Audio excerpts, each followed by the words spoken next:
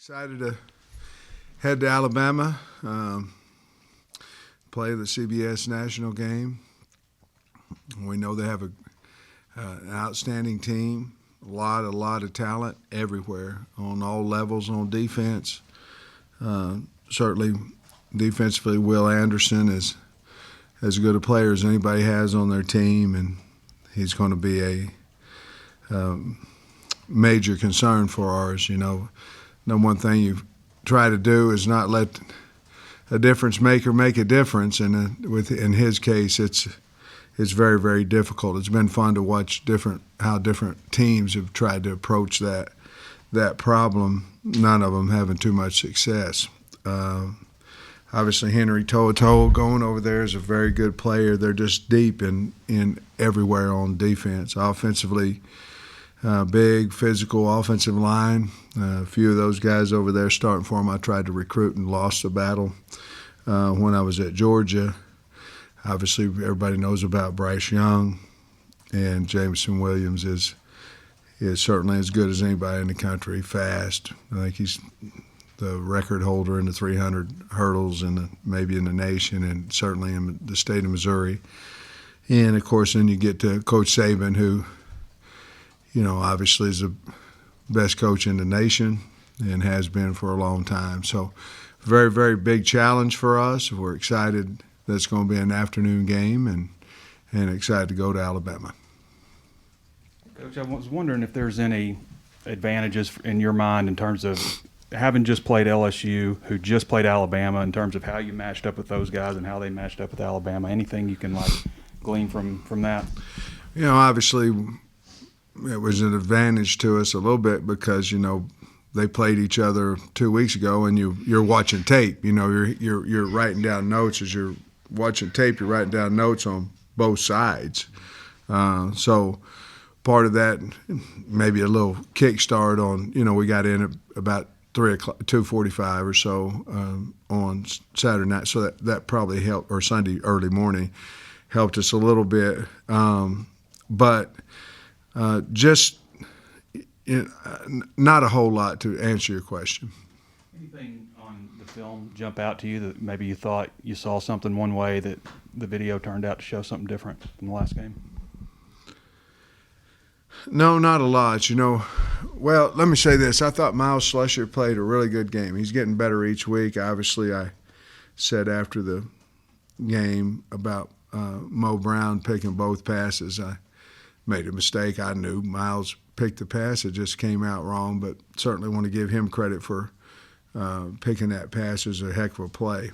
But he's playing really well. I thought John Ridgway played well defensively, but I think we're getting better in the secondary, but our linebackers were outstanding. I mean, they were everywhere, and all three of them, and they played really well. On the offensive side of the ball, I thought K.J. Jefferson basically took the game over. I mean, there were so many times he could have been sacked, you know, that we were having problems.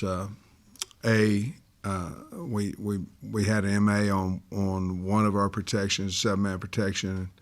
We set it the wrong direction and threw hot off the backside, so we fixed that. And then they were bringing, you know, more than we could protect, which they had shown the week before. But they had dropped linebackers out the week before, and this week they kept them in, and it was just a little bit different. They were more in a zone coverage at that point instead of totally cover zero. I think our wide receivers have to be much more aware of what's going on. We have to have some sights. You know, when there's nobody in the middle of the field, you can't run a route that's a timing type route. The timing is now, and you have to beat your man immediately. You have to get your eyes around. So I thought KB and them had a good answer going to a true slide protection, maxed it up, but at the same time, we can't make a living putting our tight ends on their best pass rusher.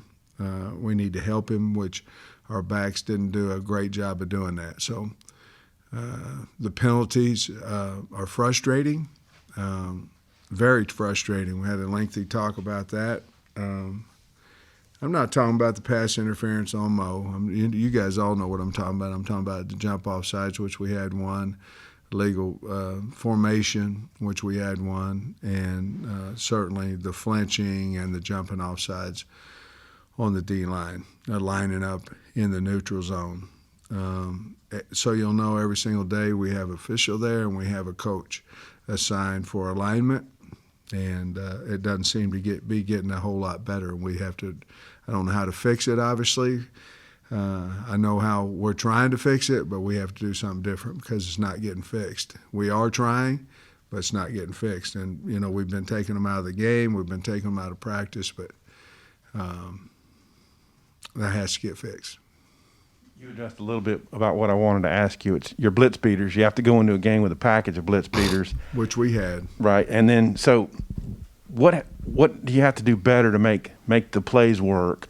And then do you expect Bama to maybe do more based on what they just saw? That's not truly their style. You know, Bama's Bama, you know, and they've beat people for a long time doing what they do. Certainly they will look at what LSU did against us, obviously. You know, they have some true zero stuff, you know. Coach had it over at Georgia, and Mel brought it in as well, and when he was there. But it's a different style than what LSU was doing, basically. We tried to run some screens off of that, and we just missed the linebackers. I mean, we had a screen out to, I believe it was Burks, and, I mean, if we make 2 blocks out there, it's gone. But we didn't. And so our blocking in space has to get a lot better, whether that be an old lineman trying to pin a man-covered linebacker or whether that be out on the edge. We had gotten better, but we didn't play well. And you have to give LSU credit, too, for that, but we didn't play as well as we'd like to. Some of the people who picked your season wins picked it at 6. So you got 7 right now. I know you don't have time to think about that, but you'd be checked on exceeding expectations if people were to evaluate you right now. What do you think about just where you stand and where you're heading? Well, I like where the program's going. I mean, obviously we wish we'd won those other 3 as well, you know, but I like where the program is headed.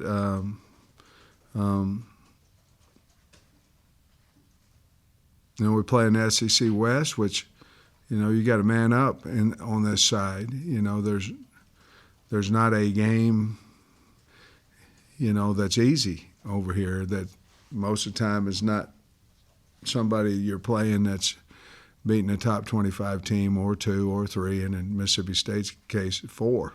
And so for us to go from no wins, into 2 or 1, I think we won 1 in 3 years, and to be competitive. It's not necessarily about the number of wins over what the expectation is.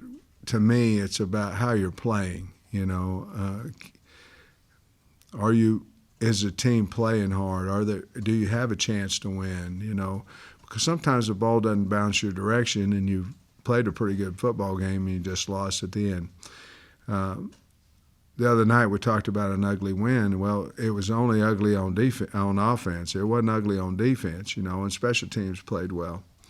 But in the bottom line is, would you rather be in the locker room at Ole Miss or at LSU if you're an Arkansas fan?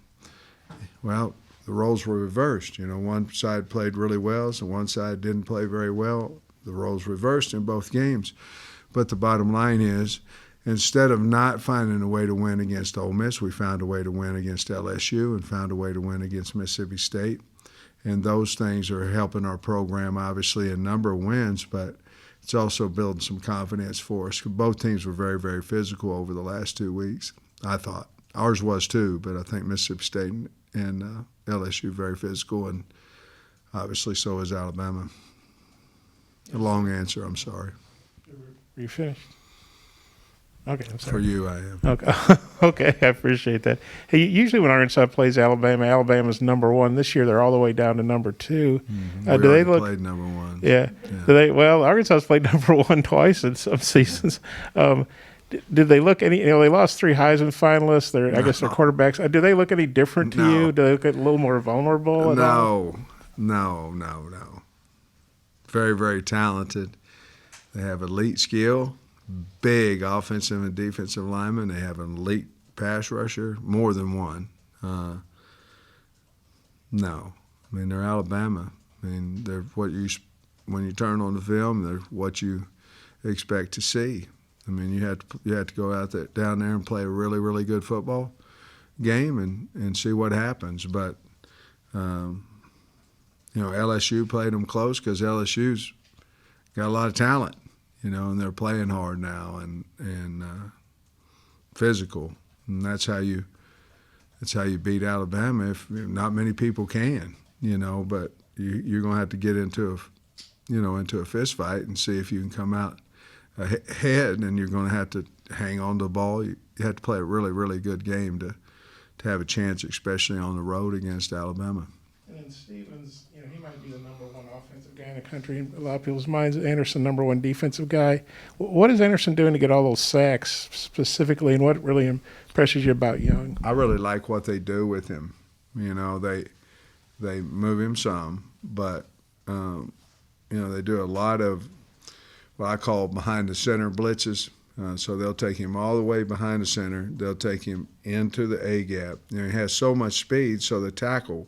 This week our tackles really, really have to have a good week of practice, because if you set wide on him, it's over. I mean, he's going to come in, he's going to beat it. You don't have time to exchange the 3 technique. Back in the old days, 3s used to run and then get contained. Now it's just straight up the field. Basically what they're trying to do is pick the tackle and not give the guard time to come off, and he's so fast.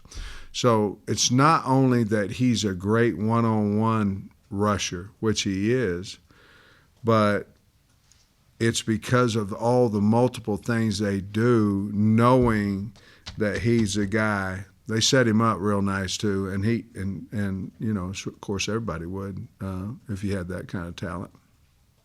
Coach, I think you mentioned it after the game that y'all were very multiple defensively against LSU, 3- and 4-man fronts back and forth.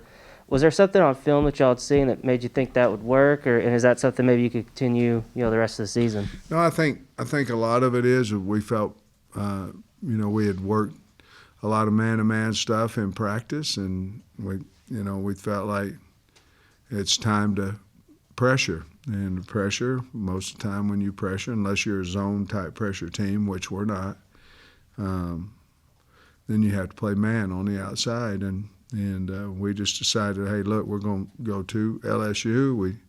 This is our chance to win. If we can play man-to-man coverage, let's go after him. Not as mobile quarterbacks as what maybe we have seen. And so we decided to go after him, and we held up pretty well man-to-man coverage. I thought Mo Brown played a great football game. I mean, he just really did. I don't know that any of the men that he was covering caught a pass on him. I mean, he was really good. I don't think we saw much of Rocket Sanders, maybe 1 or 2 plays. Yeah. What's his status? Yeah, he's beat up a little bit.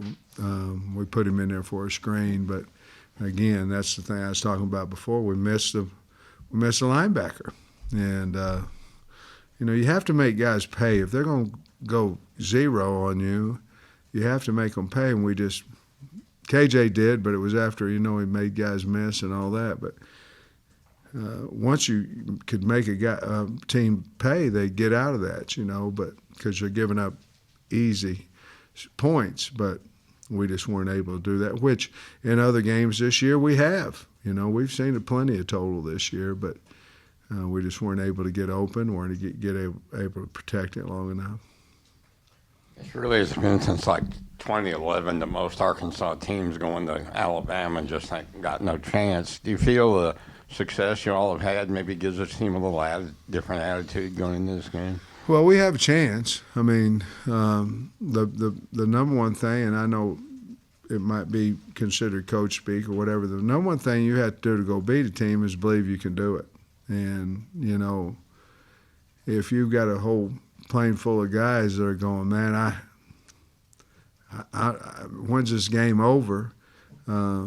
you don't have a chance, and we all probably in high school or we all been on that team that goes, I wish we wouldn't have drawn this team. That's the number one thing. I'd go back to look at my first year here in 2013, and we got beat 50-0, I think, or something like that by Alabama, and then the next year we got beat by a point. Now, things happen and different things during the game, like all that. But the number one difference to me was we had a team full of guys that believed that they could win.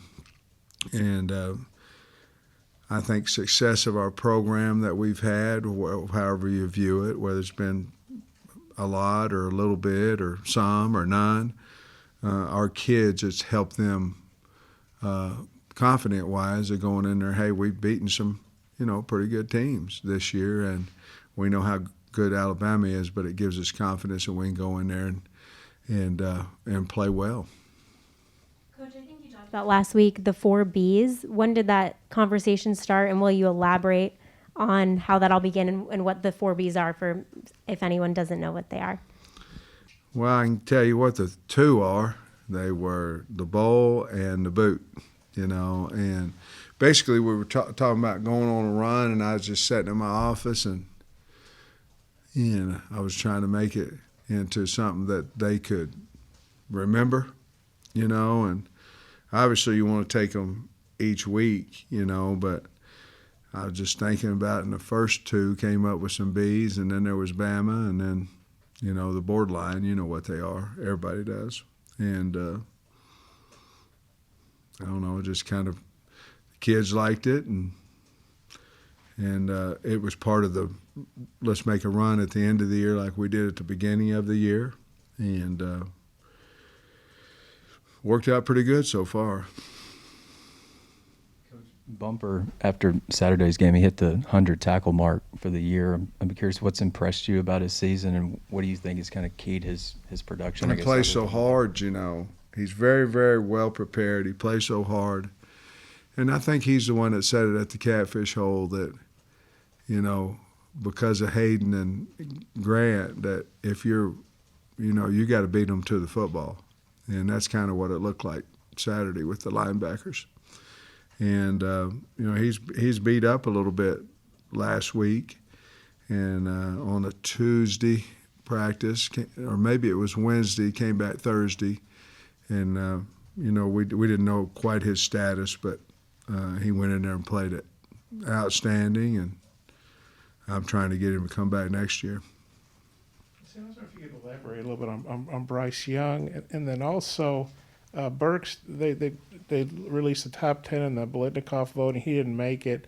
I know he doesn't have some of the numbers for the teams that throw the ball 60 times, but did that surprise you, or what do you think about that? Oh, I'm the worst about awards. I mean, I didn't know that, but does that surprise me? He would win it if I was voting, but not really. I don't know where he would match up statistic-wise. There's a lot of stats out there, and but for us, and I would say if you ask our opponents, he's the real deal and worthy of being on that list. He certainly is for us. Bryce Young is, man, he's got a really smooth release and has a way to throw the ball in all kinds of different angles. Throws a great long ball. Obviously, he's got Mechie and Williams out there. He got guys to throw it to, and Bolden, but he's a elusive runner. Just a really good player. Very accurate, and can throw touch passes hard, long ball, and he's elusive in the pocket.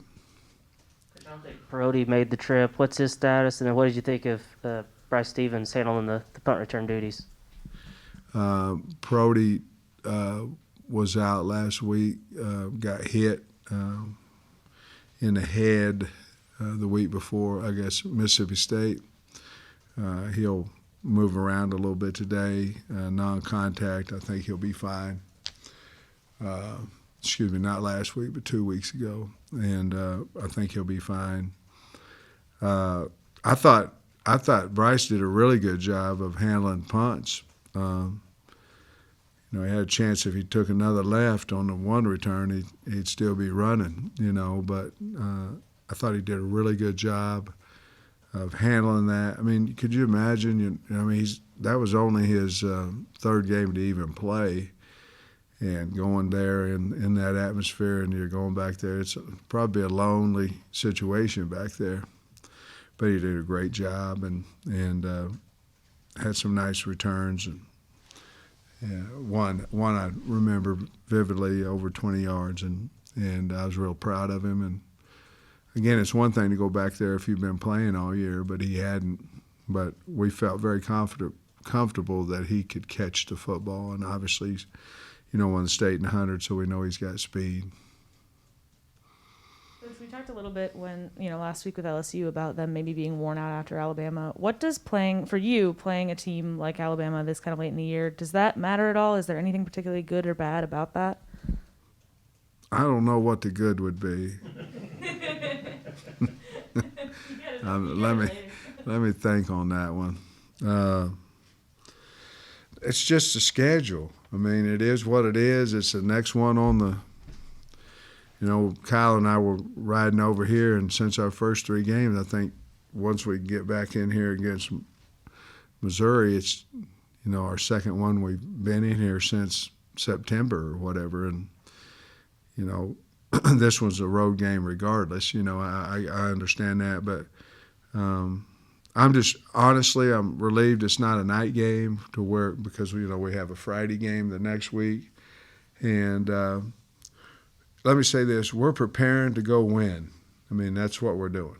And the name is Alabama, and that's strong and powerful. We understand that. But the name last week was LSU, and we play good teams in this league. We'll be excited about going over there, and then we'll worry on the way back home about. We already know what we're doing next week, but.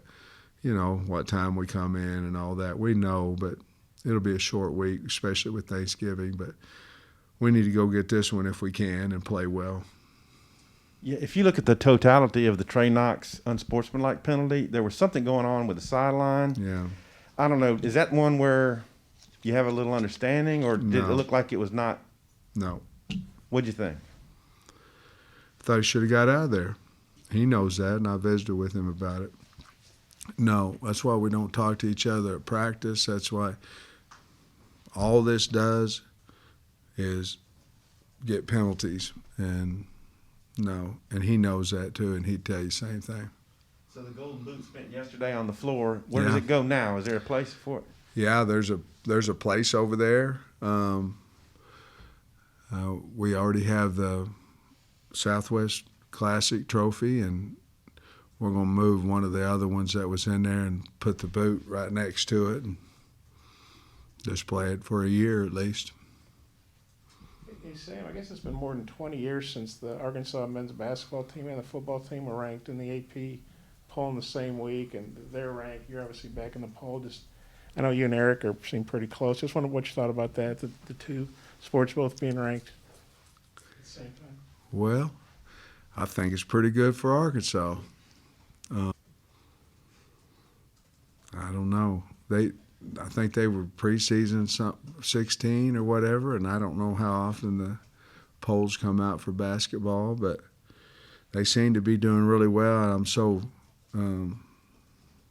apologetic because I really haven't followed the basketball team much to this point. I will when we get done, but it's a pretty good deal for both of us to be recognized nationally. And then somebody a lot smarter than me posted this, but I think there's still 5 West teams that mathematically can win. Obviously, you guys got to beat Alabama to make that happen. If they win, they clinch. But what do you think about still being in the title mix with 2 games left? That hadn't happened to Arkansas in a really long time. Yeah, what's hard and I've said it. I keep saying in this league because I shouldn't say it anymore because I've always said we belong in the SEC West, so I need to quit saying that. But what's hard is when you get to week 11 and you look at your schedule, what you've played, it's hard it's hard to be in that conversation, which we are in a distance, this got to happen, this got to happen, this got to happen. But it's very hard to do, and you have to give the credit to the kids. And, certainly we took advantage of the super seniors, and to have those guys being able to come back, they certainly have helped us. But to still be alive in week 11 in a mathematical situation it's hard to do, and I'm happy that we have that opportunity. Last one, Jordan. So many nail biters this season, and I think the guys after the game, I forget who talked about kind of the preparation for that 2-minute drills. I think it was Cam. What else do you do, if anything, or is it just a mentality thing? How does that help you, if at all, to kind of go into all of these games where anything could happen? I think it's the calm and the belief in the locker room, to be honest with you, and it goes to practice and all those things. But I think it's the presence of, we believe in whatever situation that we're in that we will find a way to win it. And sometimes you do and sometimes you don't. But I know you won't if you're not prepared. And most of that happens, honestly, to me, in the mind, Now you have to do 2 minutes, you have to do 4 minutes, which, you're trying to get first downs and not give it back to them. Obviously, you have to have some type of overtime, what you're going to do in there. And, so I think you have to prepare them there, but I think a lot of it is just the mind and the belief, and we're in this situation. But we told them when we went to LSU, we're going to win, nothing else. We went to the movies and all that, but the bottom line is we were going to win. And so if you keep talking about that, at the end of the day, I think they start believing, hey, we'll just find a way here. And like I said, it wasn't exactly pretty on offense, which, LSU did the same thing. I mean, they're a good defensive football team. We have to play better, but to answer your question, I think a lot of it, we do practice it, but we talk a lot about it as well. We're back, and better than ever, a new web interface to start the basketball season, and more props, odds, and lines than ever before. BetOnline remains your #1 spot for all basketball and football action this season. Head to the new updated desktop or mobile website to sign up today and receive your 50% welcome bonus on your first deposit. Just use our promo code BELIEVE50 to receive your bonus. That's BLEAV 50 to receive your bonus. From basketball, football, and baseball postseason, NHL, boxing, and UFC, right to your favorite Vegas casino games. Don't wait to take advantage of all the amazing offers available for the 2021 season. BetOnline is the fastest and easiest way to bet on all your favorite sports. BetOnline, where the game starts.